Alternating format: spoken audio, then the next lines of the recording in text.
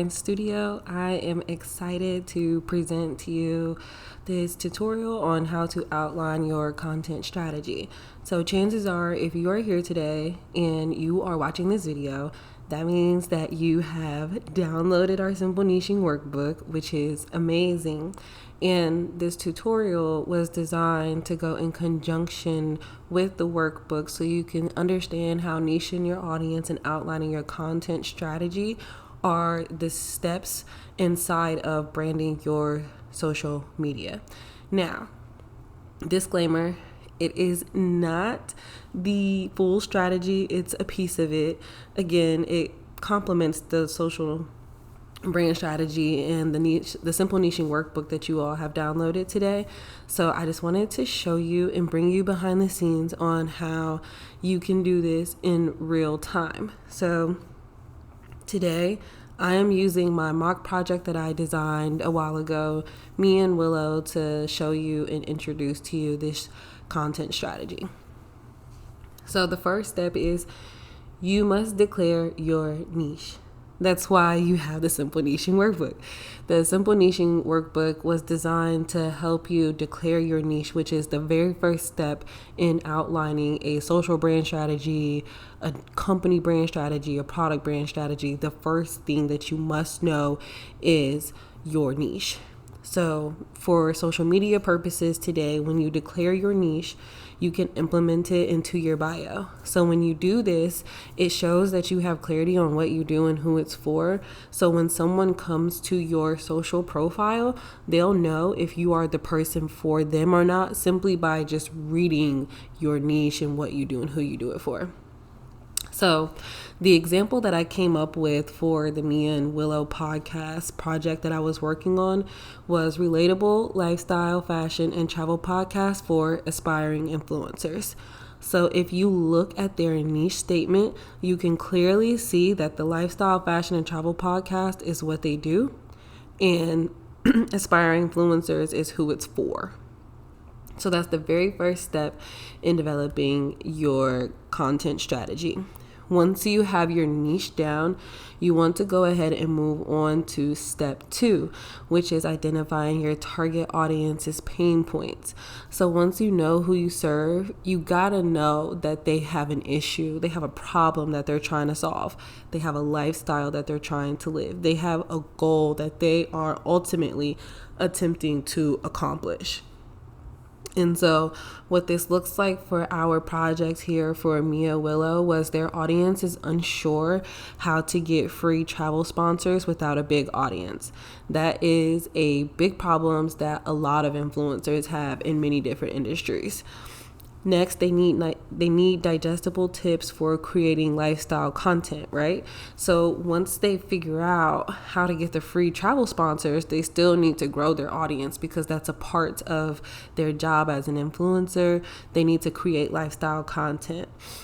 Next is they desire to know how to monetize their fashion style and existing wardrobe. Because let's be honest, for influencers, you can sell the lifestyle and not even just influencers. I don't even want to limit it to just that. Any brand. If you are product-based, if you are service-based, if you are an influencer, if you just design digital products, if you sell a high-end ticket offer, essentially you want to know how to monetize your expertise, right? So for this audience here, for the content strategy that we did for Me and Willow, their audience desired to know how to monetize their fashion style and existing wardrobe, because this is going to lead to their income, right? Free travel sponsors are nice, but they're not getting paid from that. They're just getting free trips.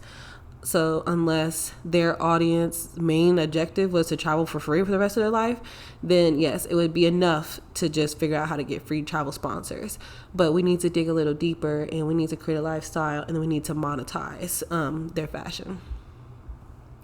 So once you know the pain, now you have to develop your content pillars, right? This is how you are going to speak to the pain. This is how you are going to show your audience that you are the expert, that what you want to be known for is your expertise. That statement that you declare in your niche as far as what you do, your content is what pretty much reinforces that. So when you do that, so for me and Willow, what this looked like for them is for the travel sponsorship piece, we are going to create content that identifies how to leverage a small audience when pitching sponsorships.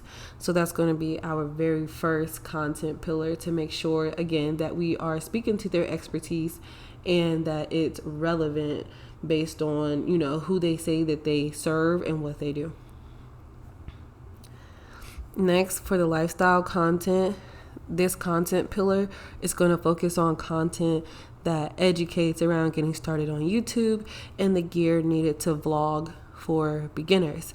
So these are just those tidbits that their audience will be able to consume and implement into their lives and see change if they continuously take this advice. When they're able to do this, now they're able to establish their lifestyle content. And then the last one, monetizing your wardrobe. Me and Willow is going to create content showing you how to set up a virtual storefront, whether it's Amazon, eBay, Poshmark, wherever you're choosing to set up your virtual storefront. They're also going to show you how to style your photos at home using your iPhone, right? So basically what I take from all of this, when I sit down and I think, what's happening here? First things first is easy. So it's beginner friendly. It's very easy to use. It's very easy to consume, which is what their target audience is looking for. The second is that it's practical, which means that it's not too hard for someone to understand. It's not going to take too long to get wins, which means that they're able to easily build up their trust with their audience. And last but not least, it's relatable because they've been in that position before. They're able to speak to it confidently. So once you have this all lined out, you have to actually post the content. You have to create it and you have to post the content. But a lot of people, they get stuck because they're unsure of what type of imagery to use, which is a lot of problems I see with new business owners. They have that issue. What type of images or videos should I use? So I took some time to kind of outline what this would look like. So if you're talking about travel sponsorships, you could use an image that looks like this. So this image is from New Orleans. It's very beautiful. It's very vibrant. And one thing I want to say is when you are selecting your images, whether it's brand photos, stock photos, photos from friends or family, whatever the case may be, they don't need to be super duper on brand. When you can mix it up but make it still look good, it actually creates a better experience. So this first imagery, would be a good example for travel sponsorships. You would put your value in the caption. Next, for lifestyle content, remember they said they're going to teach people how to vlog with YouTube and then what type of gear you need. So this is a very beautiful style stock photo showing a Kodak camera, which speaks to the gear, speaks to the lifestyle. So this imagery just works.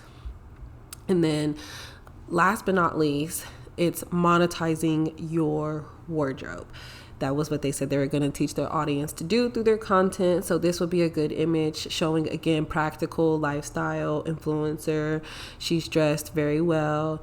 Her hair looks amazing. She's holding a magazine, which shows that she's living her best life.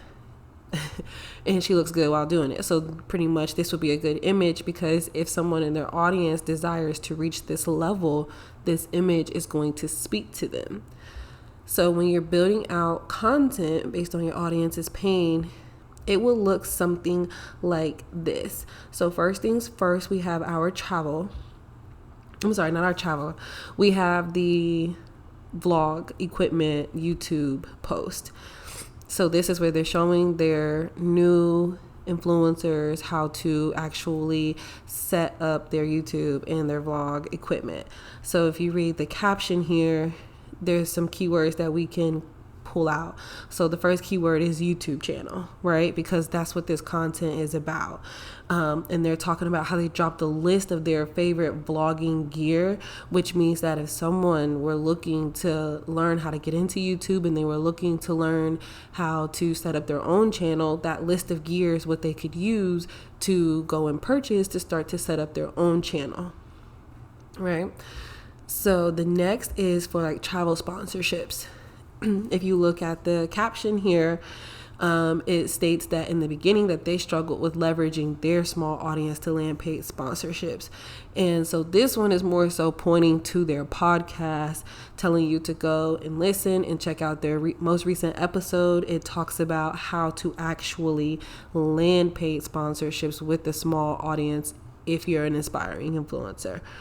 So that would help someone to really get their sponsorships off the ground and leverage their small audience.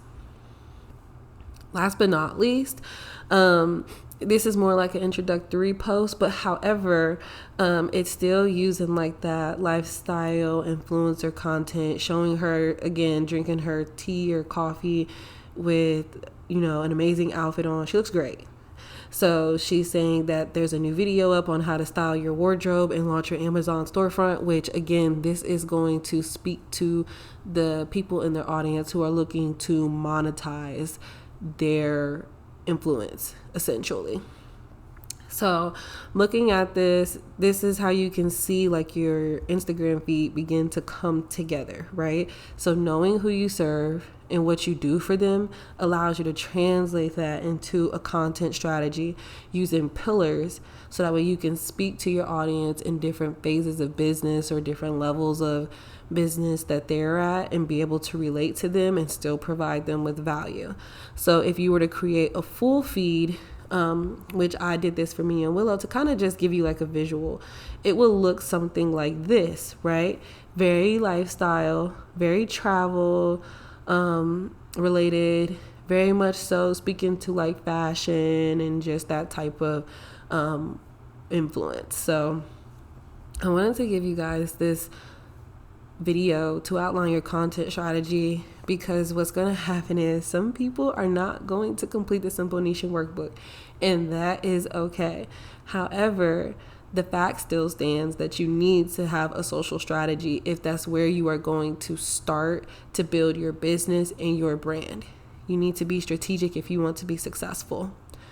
So let me know how this video was for you. Did you like it? Did you feel like something was missing? Did the information work for you? Did you not like it just because? Let me know. I'm definitely open to hearing your feedback, and if you want more videos like this, let me know. I'm definitely open to providing this type of content for you all. So I hope you all have fun outlining your content strategy, and I will see you through social media, or if you're on my email list, I will see you all around.